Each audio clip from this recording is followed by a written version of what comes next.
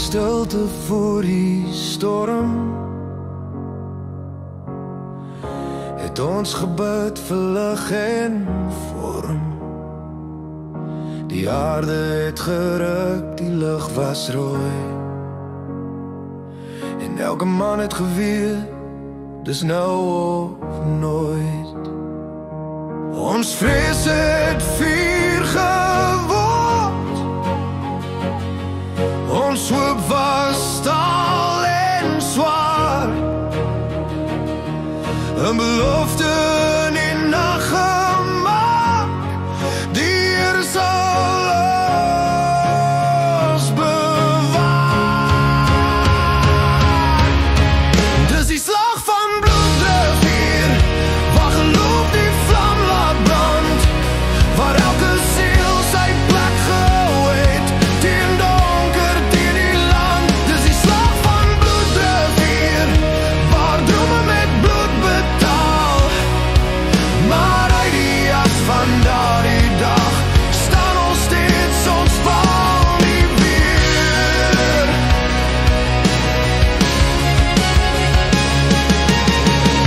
Die rook trek laag oor grond so koud, ons harte klop ons so oud. Die wêreld stil, maar ek hoor hulle skree, die stem van oorlog, van wat moet wees. 'n volk se lot lê in daai uur, 'n gebed word sterker as vuur. Ons het nie gekies vir haat of wraak, maar vir geloof en vir ons saak. Dis die slag van bloedrivier, waar geloof die vlam laat brand, waar elke siel sy plek gehou het, teen donker, teen die land. Dis die slag van bloedrivier, waar staal en siel ontmoet, 'n dag van pyn, maar ook van eer, 'n lied wat nooit sal ster. En toe die stilte val oor stof, was het meer as oorlog, dit was lof. Vir elke lewe, vir elke traan, het God se hand ons laat verstaan. Dis die slag van bloedrivier, die dag wat ons geloof bewaar.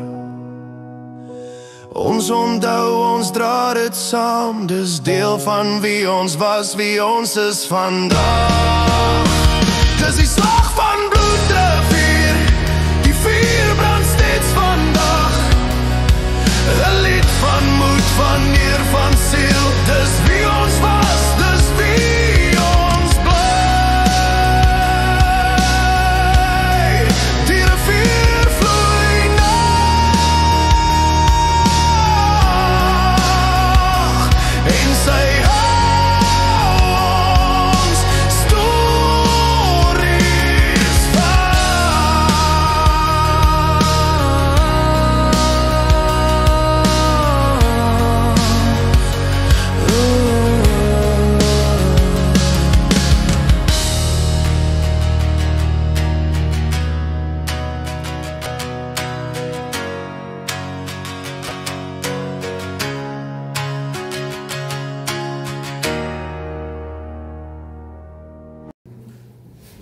Dat is obvious.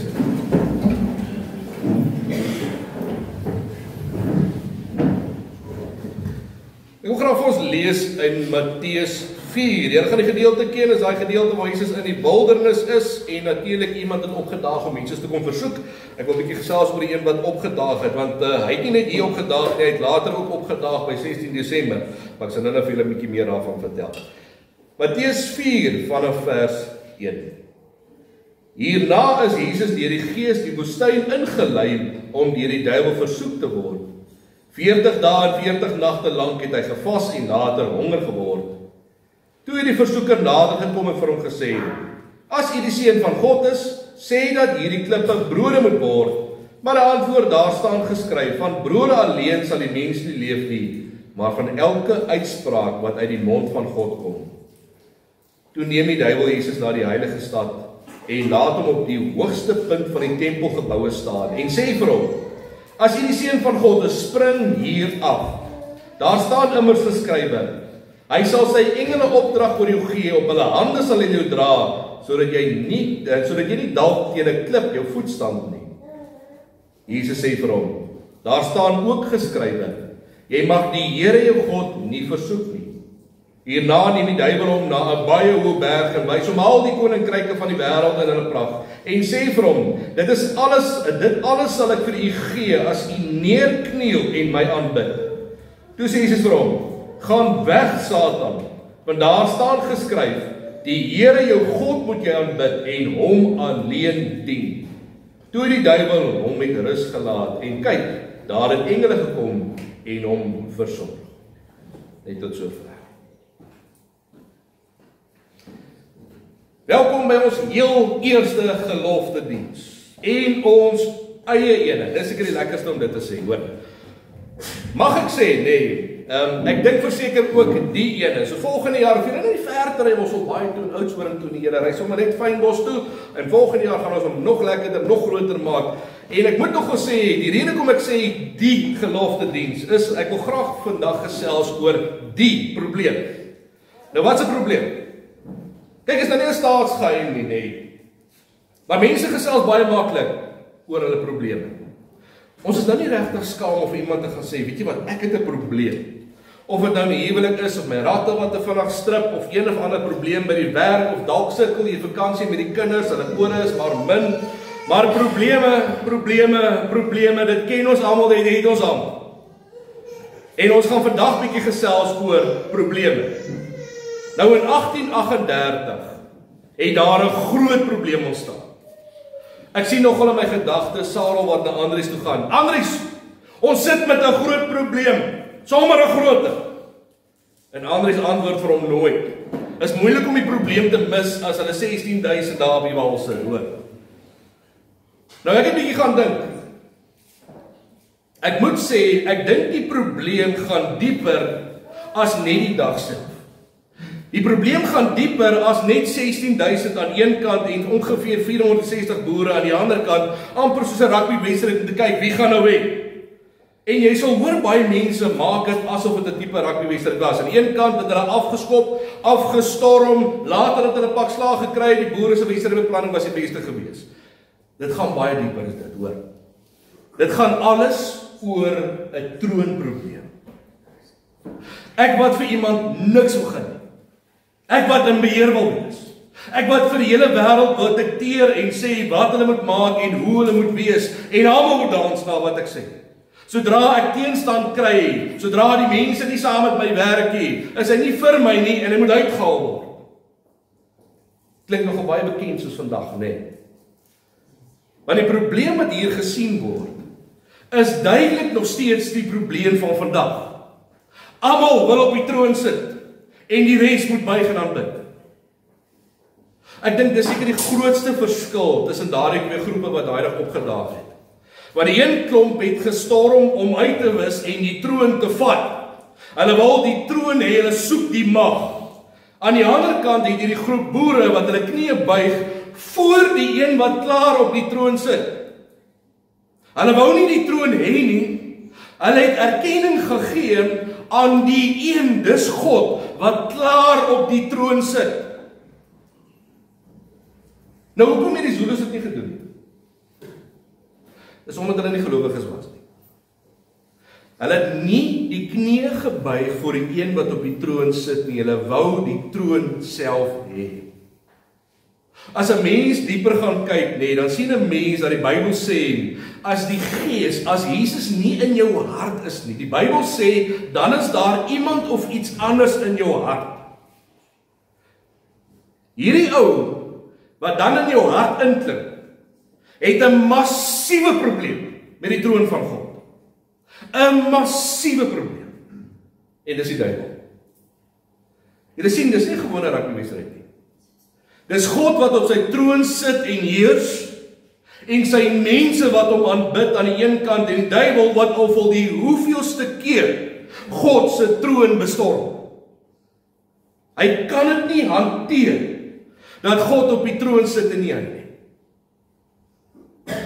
Kyk, ek weet as julle nou vanoggend hier sit en dan sê julle vir my sê, ek stem nie, ek het nie 'n probleem daarmee nie, ek stem saam die duiwel bestaan en hy maak moeilikheid so ver gaan.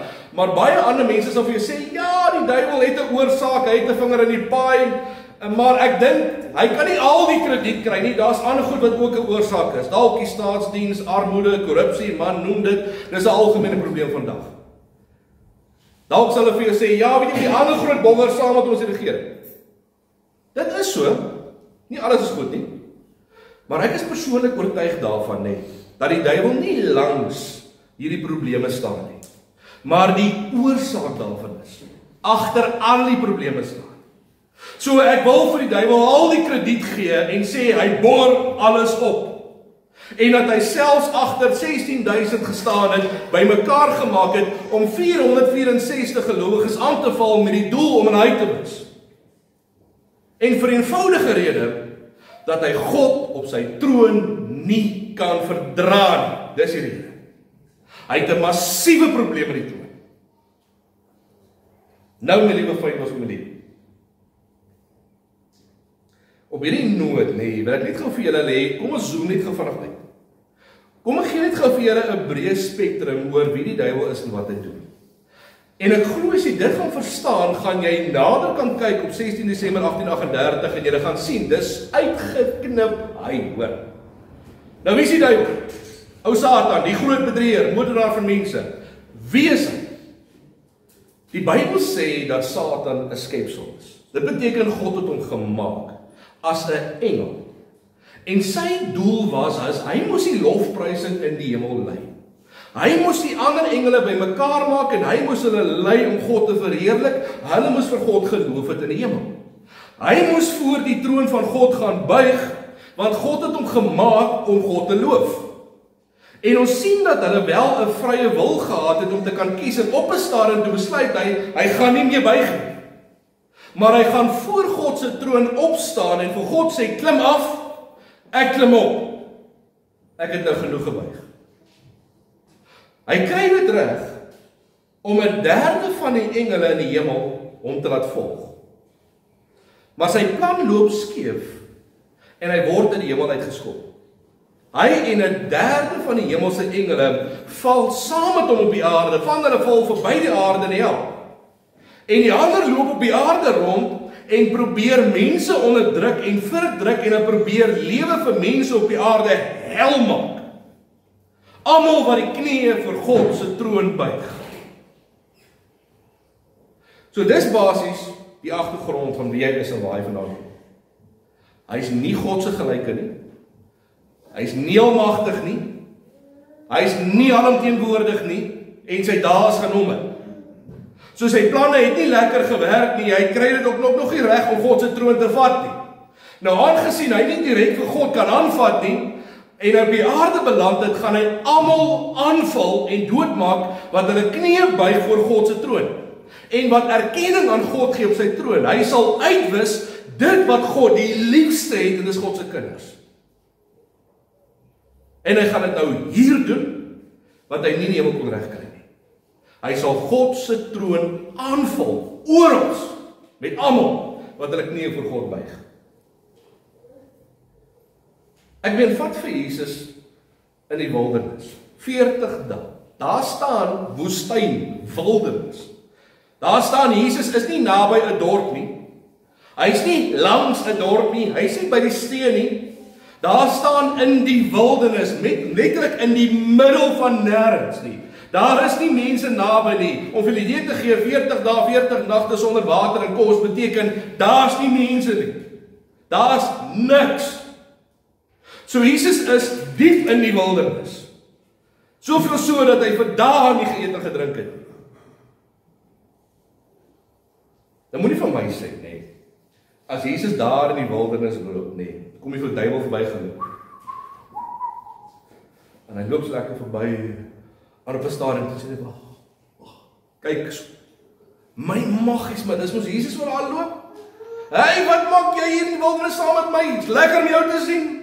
Ek is eintlik op pad see toe, maar eers dis nou toevallig dat ons mekaar nou raakloop hier in die wildernis, hoor. Ek is eintlik nie op pad gewees, ek is eintlik op pad see toe gewees, ek is eintlik nie op pad na jou toe nie. Daar staan, Jesus is letterlik in die middel van nêrens en die duiwel kom reguit na hom toe. Na Jesus toe om hom te kom aanval binne in die wildernis. Met leë beloftes. Wat was sy doel gewees? Die laaste versoeking wat hy vir Jesus gee, buig voor my, kniel voor my, en ek sal vir jou alles gee. Ek soek die troon. Dis wat gebeur het met Adam en Eva. Daar staan, Adam en Eva het nie die slang gesoek nie. Toe Eva weer by die boom kom, toe is die slang daar, hy's reg vir haar, hy het vir haar gewag. Hy het gekom om haar te verlei met sulke lewe beloftes. Eet, en jy sal sien wat jy nog nooit gesien het nie. Eet, en jy sal weet wat jy nog nooit geweet het nie. Hy kry dit reg dat hulle vir 'n oomblik voor God se troon opstaan. En vir God sê, deur die vrug wat hulle geëet het, ek voel, ek wil ook die troon hê. Ek wil voel hoe voel het. Hoor dit staan in 1 Johannes 2 vers 6. Want alles in die wêreld, dit wat die liggaam begeer, en dit wat die oë begeer, arrogante spoggery oor besittings, is dit nie uit die Vader, dis nie uit die Vader nie, maar uit die wêreld. So hy kom met sulke leebeloftes. Adam en Eva duik neus eerste in die grond. Maar die duiwel het geweet dat God 'n plan gaan maak om alles weer reg te kry. Hy was net nie presies beseker hoe nie. Nou ons het nou onlangs met 2 preke reg deur die Bybel gehardloop, waar ons die groot probleme in die Ou Testament sien, die sonde, en in die Nuwe Testament sien 'n mens die oplossing Jesus. Die duiwel besluit toe, bogger dit, daar is nie 'n halwe kans dat Jesus gaan kom nie. Jesus gaan nie my planne kom omdop nie, ek gaan dit keer. Hy pas elke paleis toe op en wag dat Jesus kom om in 'n paleis gebore te word. Jesus word toe in 'n stal gebore. Die duiwel kom toe en hy druk op Herodes se hart om alle seentjies van 0 tot 2 jaar dood te maak. 'n Engel kom, hy waarsku vir Josef en Maria en hulle vlug Egipte toe. Een ding wat ek graag vir julle wil uitwys vandag, is die duiwel is vol planne. Sy planne raak nie op nie. So jy kan nou maar weet as jy vandag hier sit. As jy die knie voor God buig, het hy 'n plan vir jou ook. Hy het 'n plan vir jou huwelik, hy het 'n plan vir jou gesin, hy het 'n plan vir jou verhoudings, en hy het 'n plan vir jou kinders. Hy het 'n klomp planne vir jou. Dis omdat hy 'n massiewe probleem met God op die troon het. Wanneer jy die knie buig voor God se troon, is jy deel van die probleem. Elke keer wanneer jy die knie gaan buig voor God, gaan die duiwel opdaag met 'n klomp planne om jou te laat opstaan van jou knie af. So kom ons gaan 'n bietjie verder. 16 Desember 1838. Hier het ons 'n groepie boere, Afrikaans sprekende boere wat van punt A na punt B trek. Hulle doel was nie om soos die Israeliete die beloofde land skoon te maak sover hulle gaan nie. Die boere vlug en hulle soek 'n plek waar hulle in vrede kan woon, waar hulle hulle geloof kan uitlewe, waar hulle taal kan praat, waar hulle kinders kan grootmaak in vrede. Maar hier is so 'n klein probleem. Die boere trek met 'n klomp Bybels en sadel se heer. En hulle trek op 'n baie spesifieke manier. Julle ken mos daai liedjie. Hoe ry die boere sit so. Wel ek dink die voortrek is 'n weergawe is iets. Hoe trek die boere kniel so, kniel so. Hoe trek die boere kniel so, hoera. Elke oggend, elke aand word daar boeke gevat, word daar gekniel met die Bybel. In gebed voor God op die troon. Nou dink julle as die boere kniel trek, sê gou vir my, dink julle die duiwel gaan vir hulle los? Sê, trek goed, wens vir hulle voorspoed, hoop julle kom mooi aandag, hoop alles goed geloop, kom ons gesond. Wie dink julle gaan opdaag as jy kniel trek? Dink julle wraggies, die duiwel gaan hulle los? Hy gaan vir hulle 'n free pass gee. Glad.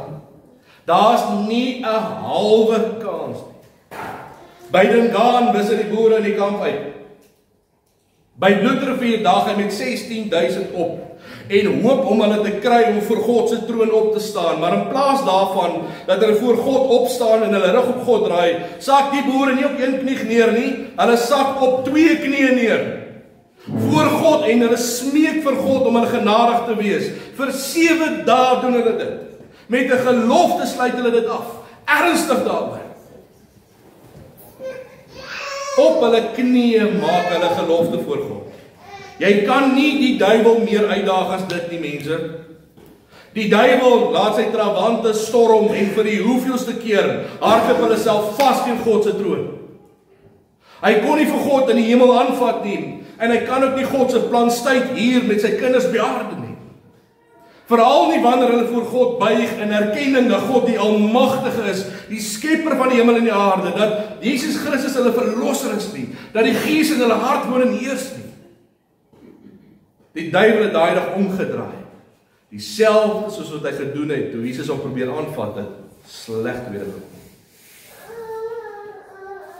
Ek hoop julle sien nou vanoggend. Was jy rugbywedstryd gewees? Met 2 spanne. Een was maar net gelukkig gewees. Dit was die grootste underdog verhaal van alle tye. Was 'n politieke dag waar die Zulu's pak slaag gekry het. Dit was soveel meer as dit. Het gaan oor God se mense wat getrek het en die knie voor God buig op die troon en die duiwel sal dit nooit los nie. Hy sal opdag in die wildernis om te kom uitwis en moord pleeg as dit nodig is. Hy het 'n massiewe probleem met God wat op die troon sit. Hy soek die troon. God staan nie sy troon af, die mense. God heers altyd op sy troon. Daarvan kan ons seker wees. Dis duidelik dat God gepraat het op 16 Desember 1838. God staan nie sy troon af nie. Die duiwel kan gaan nie. Amen. Kom ons bid saam.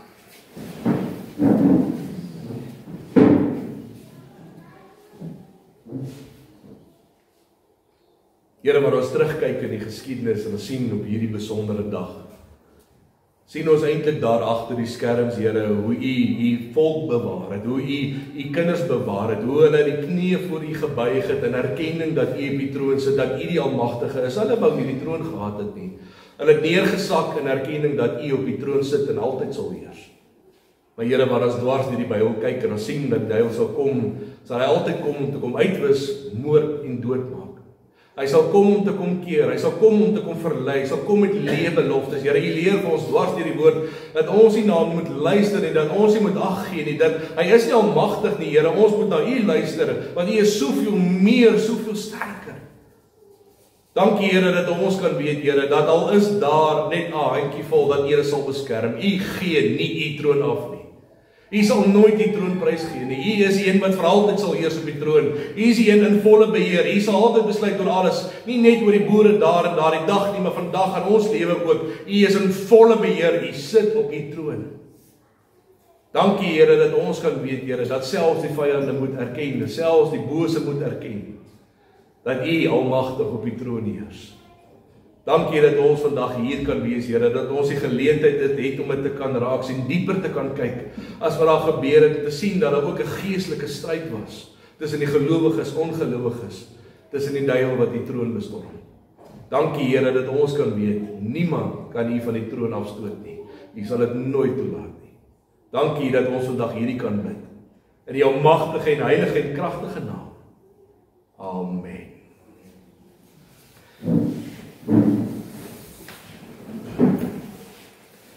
Geliefdes, ek gaan nou vir julle vra dat ons gaan staan en gaan ek vir ons die gelofte voorlees.